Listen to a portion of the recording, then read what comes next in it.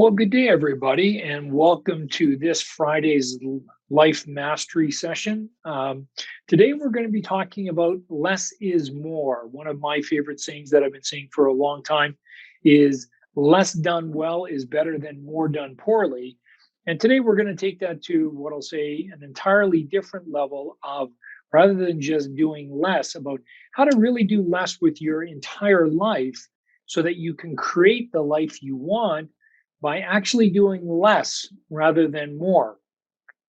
So many of us, we get busy being busy, and we're almost what I'll say sometimes wearing it as a badge. The busier we are, the more important we feel. The busier we are, the more we're serving people. The busier we are, the more people will recognize us for what we're doing. People even wear it almost as a martyr in terms of I'm so busy doing things for other people that I can't really do anything for myself. And so we're busy being busy, but we're not busy being what I'll say purposeful. We're not busy being intentional. We're not busy doing the things that we really want to do or that are important to us from that point of view. And a lot of times it leaves us feeling, I'll say, frustrated, burned out, overwhelmed, stress, anxiety, anxious. And we seem to be struggling with it. And then as we struggle with it, and we start to talk to ourselves about how we're going to make changes in our life and how we're going to, make different decisions or better decisions for ourselves. The moment somebody puts another, what I'll say, decision in front of us, we quickly say yes. And that's part of our issue where we're busy being busy, not busy being what I'll say purposeful, is that we say yes too quickly. We say yes too often. We say yes to too many things. And by saying yes too often, yes too quickly, yes to too many things, what ultimately we end up doing is crowding out, I'll say, the things that are really important to us, the things that we really want to do, the things that are going to, what I'll say, lead us down that purposeful path that we want to go down. And so I want to walk you through a little bit about, I'll say, a process, a little bit of a mindset, a little bit of a decision making, what I'll say, model on how to quote unquote do more with less and really start to focus there. Any of you who have been following, I'll say, the Give to Get program, and you've started to see some of my other, what I'll say, sessions, you know that my life mission is all about helping people find greatness within. I truly believe that everybody has greatness within. And even when we look at that in terms of greatness within, it means that there is one thing or something out there that we have greatness in, that we are great in one thing. And when you look at, I'll say, again, however you want to say it, highly successful people, highly talented people, highly, what I'll say, empowered people in your life, you'll typically find that they are quote unquote great at one or two things. They are not great at what I'll say a multitude of things. And what I'll say empowered them to the incredibly high level that they got to was because they were great at that one thing and they focused on that one thing and they went deep on that one thing as opposed to trying to be what I'll say great in a whole bunch of areas, which usually when that happens, i.e., we're trying to do a lot of things and be great at them, we typically end up being what I'll say mediocre at a lot of things and usually not great at anything. So I want to talk a little bit about this, I'll say, concept that is less is more. I want you to start to think about that from that point of view too. We hear this all the time. Less done well is better than more done poorly. We hear if you're going to be investing in the stock market, buy low, sell high. Sounds pretty easy, correct? Then why do most of us buy high and sell low? Why do most of us attempt to do more and feel like we haven't achieved anything as opposed to doing less and literally having more? And so what we have to start to do first and foremost is we have to start to get intentional. Okay, we have to start to get intentional. And what I mean by getting intentional is listening to quote unquote our heart. Okay. Decisions are not made in our mind. We think we make decisions in our mind, but decisions really aren't made in our mind. Decisions aren't really made in our mind because we've attempted to make a lot of decisions in our mind, like quote unquote, stop eating French fries or losing weight or working out more, or eating better or investing more or whatever we want to do in terms of our life. And we think we make the decision in our mind, but in reality, the decision is really made in the heart. And then it gets executed through the mind. So I want to start to talk about this whole concept of what I'll say being intentional, being purposeful from that point of view. And I'm going to, what I'll say, take the pin off there and I'm going to start to share my screen. And we will go through that. We'll get to the slideshow and we'll get up. So as we're talking about here, less is more, how to create the life you want by doing less. The first thing you have to do is you have to start to explore. You have to start to explore in your life, what are the things that are most meaningful to you? What are the things that are most important to you? What are the things that you have that, what I'll say, God-given ability or talent that you've been blessed with? And what are the things that, even though you're working hard at it, even though you're in what I'll say, investing a lot of time from that point of view, you are very much on purpose. You have high energy. Even though you're working hard, it almost seems like the more you do of it, the more that it gives you energy from that point of view. When are you most, what I'll say, focused? As opposed to doing something and you're easily distracted or you get distracted from that point of view. It's all these things that we need to, what I'll say, really start to explore from that point of view and start to look at what I'll say the trade-offs are. How do we do that? The first thing that we need to do when we start to explore is we need to start to give ourselves space. We need to start to give ourselves space in our life, space to design, space to create, space to concentrate. I'll say space to read, space to educate ourselves, space to stimulate our mind. And so I want you to start to think about how you can start to literally create space by giving yourself an hour or even just a half an hour every day to literally do nothing. Literally do nothing. Stop the busyness, stop the busy work, and literally just give yourself a half an hour a day to just sit with yourself and create space for yourself by literally what I'll say, quieting down your mind to where you can start to think about, if you were to design your life, how do you want to design your life so that you can focus on what's really important to you? What are the things that bring you joy? What are the things that bring you pleasure? What are the things that, again, even though you might be working hard at, feel like it doesn't take a lot of effort from that point of view? These are the things that you want to get in touch with. On a scale of 1 to 5, would you give yourself a 5 on achieving what you want in life? If your answer is anything less than a 5, right now, I have something awesome for you. Achieving your goals and living your life at a 5 isn't easy. Most people aren't prepared to focus, stay disciplined, and do the everyday work that is necessary to achieve amazing results. But since you're watching this, then I'm guessing that you're not one of those people. And this is an opportunity that will change your life. Give to Get is a global program that brings together world-class coaching and combines it with empowering masterminds and networking opportunities. We provide 5-star guidance for the price of a cup of coffee a day.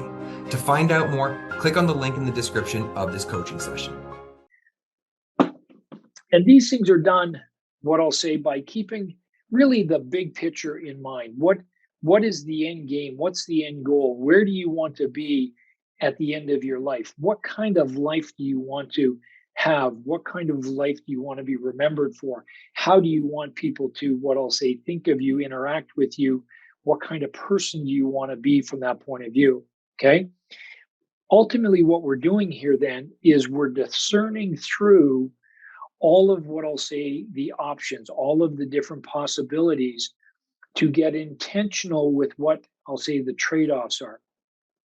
Again, a lot of times what happens here is we say yes to what comes along, or we say yes very quickly to what comes along. And then our plate is, what I'll say, so full that we haven't given ourselves even the opportunity or the ability to explore what all our options are and then decide what is the one or two things that you want to be great at. I like to say this: we almost say yes to so many good things, and we get so busy doing so many good things that we don't have the time, we don't have the bandwidth, we don't have the opportunity when the great things come along. And ultimately, it's because we've said yes again too quickly or to too many things. And so I want you to start to intentionally explore all of these different things. And then what I'll say, examine and explore the trade offs, because there always are trade offs. And the person that is busy being busy, almost what I'll say, ignores this reality. It's like ignoring gravity. Okay. Law of gravity is pretty simple. What goes up must come down. Okay. Whatever object is, I'll say, suspended in air when it's dropped, it will fall to the earth. That's simply what gravity says. That's what keeps us on the ground. Okay. I always like to say, if I drop the pen 1,000 times, one out of those 1,000, that pen's just not going to hover. That's the law of gravity. I need to accept it in my life, and I need to go forward with it, because if I don't, life becomes challenging, meaning I can throw myself off a cliff if I don't believe in gravity. Having said that, I'm still going to hit the ground and I'm probably going to hurt myself. Trade-offs is part of our reality. Okay. We can't do everything, and we can't do everything well, even though we continue to try. A lot of times you talk to people and they go, why can't I do both? Or why can't I do it all? Well, the simple matter is that you can't, not at an extremely high level, which gives you the fulfillment. And so when you want to start to explore the trade-offs, you want to start to explore the trade-offs in two areas. No matter what decision you make in your life, there's going to be good things that come with that. I call that the opportunity. And there's going to be challenges that come with that. I call that, quote unquote, the problems. By exploring all of your options and truly, really exploring all of your options and looking at the trade-offs and then making a decision that you can, what I'll say, go great at, you give yourself the ability to not only, what I'll say, choose the opportunity that you can go deep at, choose the opportunity that you can become great at. You also choose, quote unquote, the problem that you want to have in your life, as opposed to by saying yes to a whole lot of things and saying yes too quickly, we get the opportunity to be good at things, but we also inherit a lot of problems that we didn't necessarily want or don't necessarily deal with. By making that intentional choice, when we start to look at the trade-offs, one, it allows you to go very deep on an opportunity from that point of view. And it allows you to manage the problem that you know is going to come with it from that point of view. And that's a whole different mindset when you start to look at that. So you want to start to get, what I'll say, clear on what questions you want to ask yourself in order to help you with, what I'll say, this exploration, to explore all of the options. Again, in order to get clear on what that question is, I want you to spend some time with yourself. I want you to create some space in your life. I want you to quiet down your mind and really start to listen to what I call the higher power and what your heart's telling you to do. Again, and if you've heard me speak before, you know where my philosophy comes from. Our heart was meant to answer two questions for us in our life: what to do with our life and why to do it. Those are the two questions that the heart is meant to answer. And the heart does a great job answering it. I'll even say this: the heart always knows, we just don't always listen to it. The heart's always speaking to us. We don't always listen to it because we are so busy in our mind. Here's again the thing with the heart. The heart whispers at best. The heart never yells. The heart never screams. The heart never goes, hey, what about me? The heart just calmly goes about its business day to day, telling you what we should do, what we shouldn't do, and why we should do it.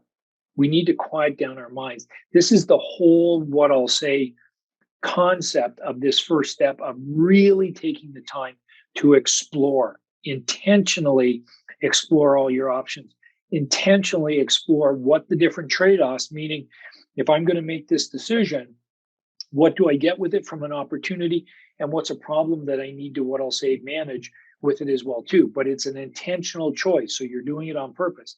And again, it's making a decision, a choice, so that you can go big on something and go great on something. Okay. As you start to work through this, what I'll say, qualifying question, and you get clear on what are the question or questions to ask yourself to help you in this exploratory process. Okay.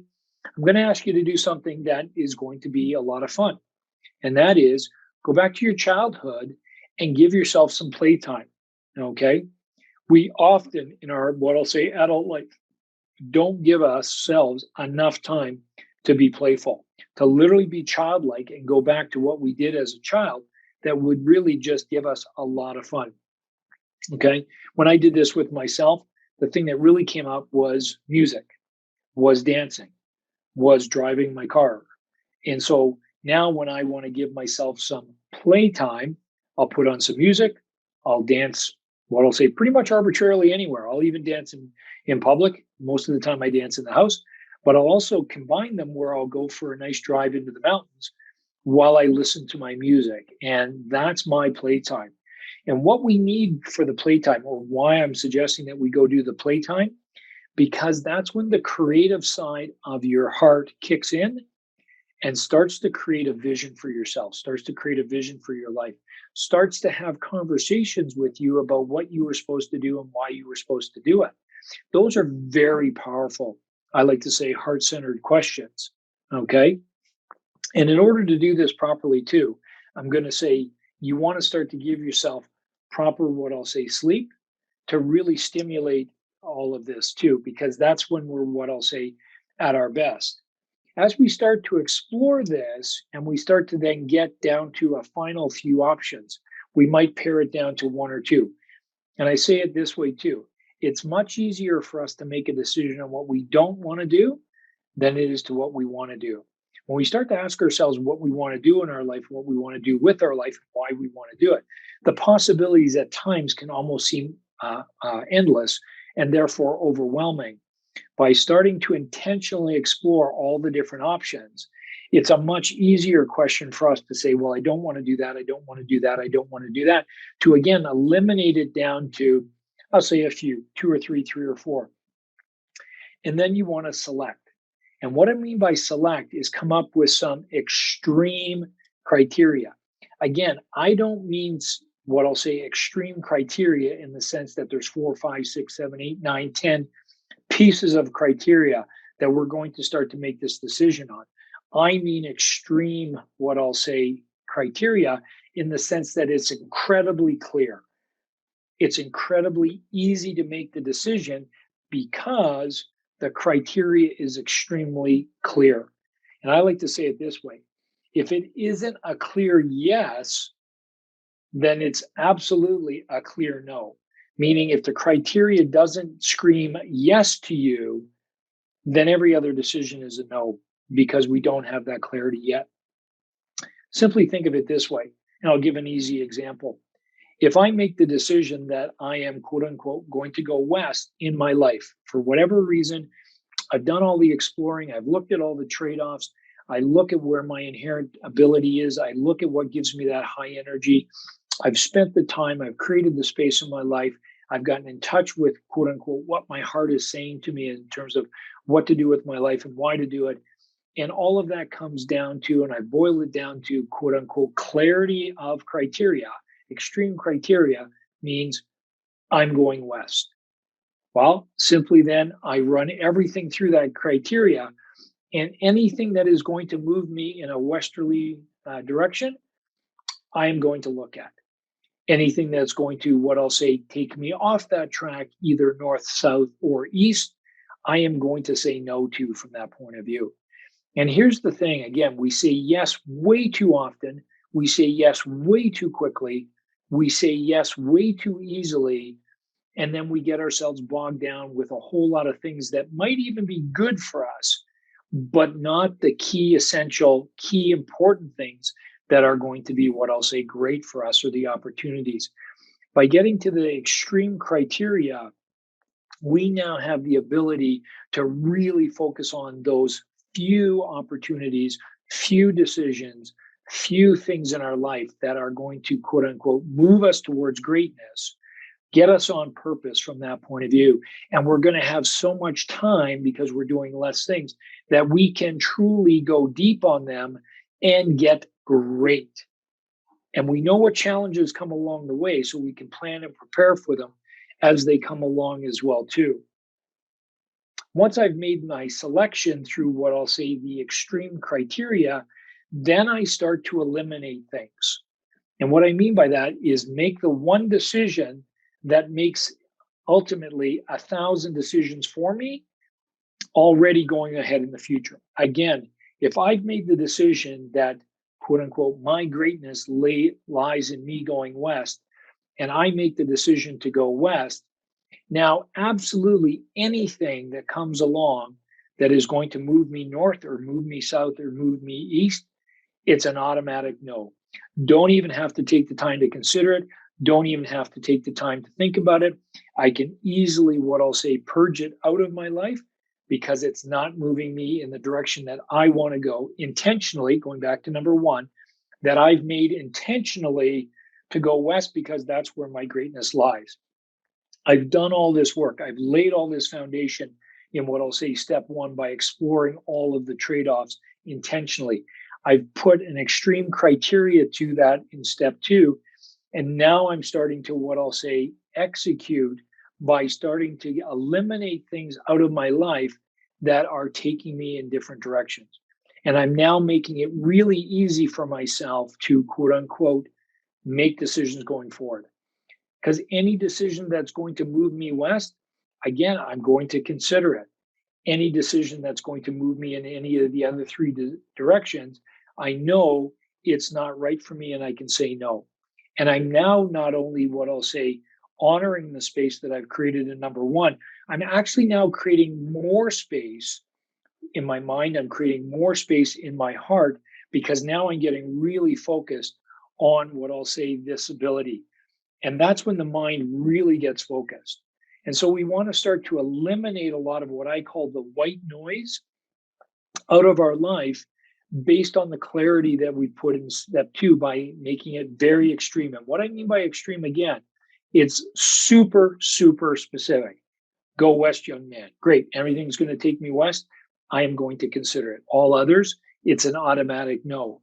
Another example would be much like if somebody, what I'll say, coming out of university, coming out of college, they make a decision to, I'll say, become a lawyer. Anything and everything that's going to move them forward as a lawyer, they're going to consider. Anything for an engineer? No. Anything for a doctor? No. Anything for a dentist? No. Anything for an accountant? No. All of those decisions fall off. Why? Because they're not there. Okay. When we don't have this extreme criteria, anything and everything becomes a possibility. Nothing becomes a really good possibility. Again, let's understand the connection between the head and the heart. Again, our heart tells us what to do and why to do it. The mind's job is meant to figure out how. When we give our mind 10 things to figure out how, it attempts to do it all, but it doesn't do a very good job because it's getting cluttered. A confused mind does nothing. When we give the mind one thing to do or two things to get what I'll say really focused on, the mind does a great job, what I'll say, doing that and getting around. So we want to start to eliminate these things. Okay. How do we do that? Well, that's the power of a graceful no. And a lot of us, what I'll say, have a hard time saying no. We don't, first of all, we don't know how to say no. Second, we don't know when to say no. And then three, we don't know how to say it in a way that still, what I'll say, leaves room with that individual or leaves space with whoever we're doing. Here's the funny thing about learning how to, what I'll say no gracefully. Ultimately, a lot of times we say yes to things because we want people to respect us. We say yes to things because we want people to like us. We think that if we're agreeable, people are going to like us more, people are going to respect us more. And that's probably what I'll say true. But when we say yes and we commit to all these things and we can only do them at a what I'll say mediocre level, we can't do them great. Now people get upset at us. People don't like us. People respect us less. Or if we have to come back and say, geez, I'm so busy. I missed this deadline. I missed that deadline. I'm sorry, I'll circle back around. I'll get it done next week. I apologize, I couldn't get it done this week. Again, they're starting to, what I'll say, dislike us and not respect us because we haven't honored the commitment that we gave them. And so this is where you need to get really clear, and you need to muster up what I call the courage to go back to those individuals and uncommit, in my analogy that I'm giving you here, anything that doesn't take you west. Okay. And you can be very graceful about it. You can be very gracious about it. Thank you for giving me this opportunity. Thank you for thinking about me this way. I've made some decisions in my life. I'm really going to, what I'll say, pare down and take on less because I want to become great at this one or two things instead of trying to take it all on. And really, in hindsight, I probably never should have said yes in the first place. And I, quote unquote, apologize for that. And then ask for forgiveness. Okay. Human beings love to give forgiveness. Human beings love to give people a second chance. And this is the power of a graceful no. Okay.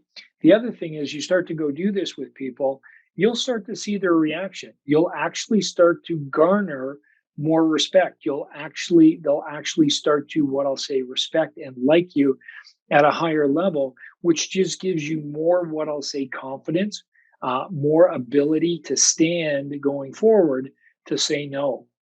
And this is partly where, again, when opportunities come to you in the future, you want to be very hesitant to say the quick yes. If you can't say the no in the moment, simply say, I'd like to think about it. I'll get back to you. Give me a few days to ponder that and I'll get back to you. Thank you very much for all the information. I'll go away. I'll take a look at it and I will get back to you. Again, be very careful when you say yes going forward, because you're now starting to get on this path of greatness, which is very purposeful. It's very intentional, yet it's less things to do. Why? Because you allow yourself to go deep. And again, I'll say it again and again, because you're going deep on something from that point of view, it gives you this tremendous space in your life to really kick in, what I'll say, the creative power that comes between connecting the head and the heart, so that you'll start to figure out how to do this at an incredibly high level. The last step is then to execute, okay? Execute and bring more forth by committing to less. Again, even going forward, as I used in my example, the moment I make the initial decision that I've decided to go west, anything north, south, east, west is going to be an immediate no. And that's easy. It's an immediate no. Anything going west, okay, it's not an immediate no. It's also, though, not an immediate yes. It, again, is still going back to number one, I'm still going to intentionally explore all the options going west. Because again, some options going west for me might be good options. They also might not be great options. And so now I'm rather than looking at a 360-degree focus, I'm now literally looking at a 90-degree focus. And even on that 90-degree focus, I'm still going to go through this process again and again by intentionally exploring all the opportunities that take me on that 90 degrees going west. I'm still going to get even more, what I'll say, extreme criteria on what west looks like me, or what it looks like for me. Is it going west at a 45-degree angle? Is it west going at a 90-degree angle? Is it west going at a 55-degree angle? Like what my course is. If you want to get a compass out and you were going through the mountains, which I like to do a lot of times, and I've got a compass, what is the path that I've set for my compass? Okay. Because that's going to have very little wiggle room from left to right, because I'm wanting to go straight forward. I'm wanting to take not necessarily the path of least resistance, but I am wanting to take the straightest path to where my greatness is. I want to take the straightest path to what my goal is. I want to take the straightest path to the life that I want to create by doing less at a higher level. Again, less done well is better than more done poorly. I want to become an expert. I want to become great at the one or two things that I'm very good at from that point of view. Let me give you an example about that. Larry Bird, okay? Some of you might know Larry Bird, some not. He played for the Boston Celtics. He was a tremendous basketball player, came out of Indiana from that point of view. And arguably, some would say he was not nearly as talented as some of the other basketball stars in his era. Yet he was highly regarded as probably the best basketball player in his era, simply because of not only the effort and attitude he brought, but his focus. Okay. And when Larry Bird retired, there was one amazing question that he was asked at I'll say a press conference, and it was, "How did you know that it was time to retire?" And he said, and quote, "When I could no longer do the 300 free throws at the end of each practice." So think about it. He's practicing with his teammates. All of his teammates at the end of practice finish. They go to the showers. What does Larry Bird do? He stays there on the foul line and he shoots another 300 baskets, holding himself to the standard of never leaving until he sunk 300 shots, 300 baskets. Once he sunk 300 baskets, he would then leave. Okay. So why did he do that? Because he knows at the end of a basketball game, it's going to come down to who can make the most free throws in literally the last minute of the game. And that one basket here, that one basket there translates into one more win here, one more win there. One more win here, one more win there translates into his team getting into the playoffs. His team getting into the playoff transitions into him potentially winning a championship. And that was his focus, was to become great at winning championships. Not becoming great at being a player, but being great at winning championships. Even more laser focused. A lot of players in the NBA, a lot of professional athletes, they do get focused on becoming good athletes. And so what do they become? Good athletes. They don't get focused on becoming great athletes that win championships. And that's all the difference in the world. Because at the end of the day, what are we going to remember? The championships. What are we going to remember for our own life? Is our achievements of reaching our goals and being an intentional with our life. So by executing at a much higher level, by committing to less, we bring forth greater resources in our mind. We bring forth greater resources in our heart. We bring forth a greater creativity that on the connection between the head and the heart, that we start to figure out how to keep taking this to a higher and higher level. And our direction gets more and more and more narrow as we become greater and greater and greater at the one or two things that we were destined to do. It leads us to a life on purpose. It leads us to a balanced life. It leads us to being a subject matter expert. And it leads us, more importantly, to be in command of how we want to live our life. And that garners a whole lot of respect from the people around you. So where I'm going with this is start to intentionally explore your options. Give yourself space to do that. As you get more clear on what those limited few opportunities are, start to come with an extreme criteria that will help you make the decision very easily. Again, I don't mean extreme criteria, but a whole lot of different criteria. I mean very clear and extreme specific criteria that makes it so easy to make the decision. Why? Because when you brush everything through that criteria, it's either a really clear yes or it's not. And if it's a clear yes, you go ahead.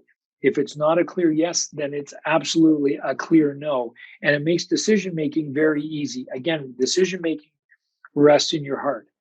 And then make the one decision that will help you make 1,000, which just eliminates a lot of white noise. It eliminates a lot of distractions to where you become, and I don't even know if it's a word, indistractable. Why? Because you're so laser focused, and it makes all the others. And then start to say a graceful no.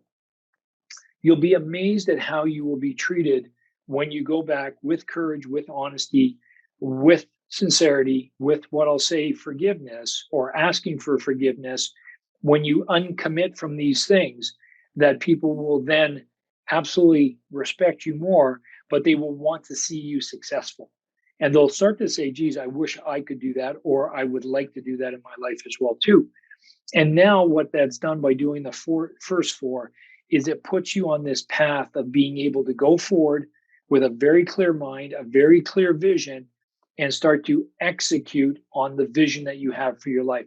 Start to execute on the purpose of your life. Start to execute on what you were meant to do and why you were meant to do it. What ultimately gets us up each and every morning feeling on purpose, keeps our motivation intact. And we bring forth what I'll say more opportunity, more greatness. We get to a higher level. How? By ultimately committing to less. And now we become what I'll say masters of our own destiny and masters of what we do, which ultimately puts us in a place of serving and helping people at a very high level. Okay. I'm going to stop the presentation now. I'll open it up for questions and comments, and we can go from there.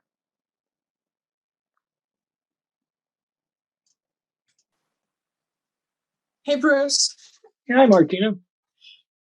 Oh, I think I'll have to listen to this again. Listening to a presentation on a Friday afternoon is hard for me.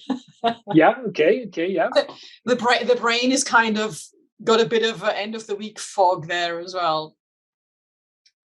Yeah, but I agree on the getting more focused by having a bit more clarity and being more selective on what we say yes to, even if it's not a person directly asking us to do something, but just even what we decide in our minds to say yes to, getting pulled away or distracted by unimportant emails or unimportant things that we decide to spend too much time on, but they're really not productive in the grand scale of things.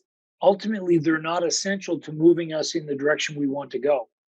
And so we spend a lot of time doing what I call things that are non-essential, as opposed to spending the time doing the things that are really essential. Mm-hmm. Yeah. Mm-hmm. Yeah. There's a great book on this, Martina, called Essentialism. Okay. By Greg, I want to say McKeown or McKeown. I think it's capital M, small c, capital Kowen. Mm-hmm. And it's called Essentialism. And it is an amazing read from that point of view. To this point, even taking, I'll say, what we've talked about here, when he was going through to become a law student, and again, he did this process, and it was like, no, I don't want to be a lawyer. The only reason why I was wanting to be a lawyer was because my father wanted me to be a lawyer. And so then he started to ask all the different questions to himself about, exactly what we walked through here. And it came down that he wanted to go get his MBA from Stanford, to the point where when that landed on him, because he was going through, again, this exploration process. And it became really clear that when the idea of going to Stanford for his MBA really spoke to him from his heart, he only applied to Stanford. He did not apply anywhere else. Mm-hmm. He didn't get accepted the first time. He reapplied and he got accepted the second time. And he said that was absolutely what he was meant to do in his life, was to go to Stanford and get his MBA, because from there, it led him to everything else. And that's really where when we take the time, and that's the big thing, Martina, is a lot of us don't give ourselves the time to slow down and create this space for ourselves to really listen to our heart as to what to do, why to do it. And ultimately, that's one of the biggest things that we want to give to people by going through the Give to Get. Because we talk about living a limit-free life. We talk about living a balance in life, spiritually, emotionally, physically, mentally, financially. Mm-hmm. Well, you have to intentionally make some decisions if you want to go after that life. Yeah. Again, I always say, is it easy? No. Is it worth it? Yes. Yeah.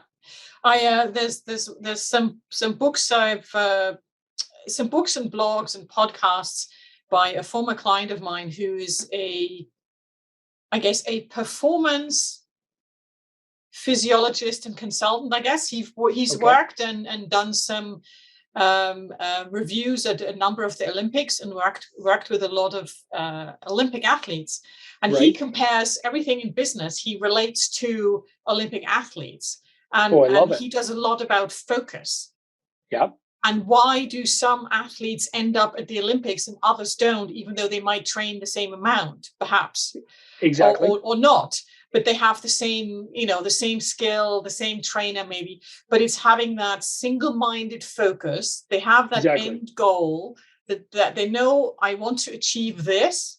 Absolutely. And they don't just work harder, but they just have a more single-minded focus. They just manage to focus much more clearly and being able to eliminate all those distracting, unproductive things on the sideline. The noise, so to speak, and exactly. The focus. It's not just the hard training, but it's just their focus. They get more out of their training because they're going in a straight line, which is everything towards the Olympics, as opposed to this kind of back and forth, back and forth, back and forth. Yeah. I'd love to see some of his information and material. Martina, if you want to send it to me. Yeah, the name is, I'll just pop it in the chat box. It's Dr. Greg Wells, Wells. Okay. Greg Wells. Craig or Greg? Greg, Greg. Perfect. Yeah, I've popped it in the chat box as well. And he's written a number of books on that. Thank you. He does a lot of talks and podcasts and talks to trainers and athletes and everything, and relates all of that to how we can translate it to the business world and business coaching by looking at how the athletes manage to get such a super single-minded focus. I absolutely love that, Martina, and I agree with his philosophy, because I've always said the heart was meant to tell us what to do, why to do it. The mind was only meant to figure out the how. When we get the what and the why from the heart, and just really focus on that, we're giving the mind one thing to figure out how to go do it. And the mind, when it can get, to your point and to Dr. Greg Wells' point, when the mind can get focused on that one thing, man, it can do an incredible good job of figuring out how to go do it. But when we give the mind 10 things to try to figure out, and we're bouncing back and forth, and in our, think about it this way too, that we treat everyone equally important in our mind, as opposed to one more important than the other. Yeah. Then the mind gets overwhelmed and does a mediocre job at all 10. Yeah. Yeah. I just had a little reminder pop up on my screen here. I have to run. I have a 4 o'clock that I have to prepare for. But thank you for that. And have a good rest of the day. My pleasure. Have a great weekend, Martina. Thank you. You too. Take care. Bye. Bye-bye. Bye, Bruce.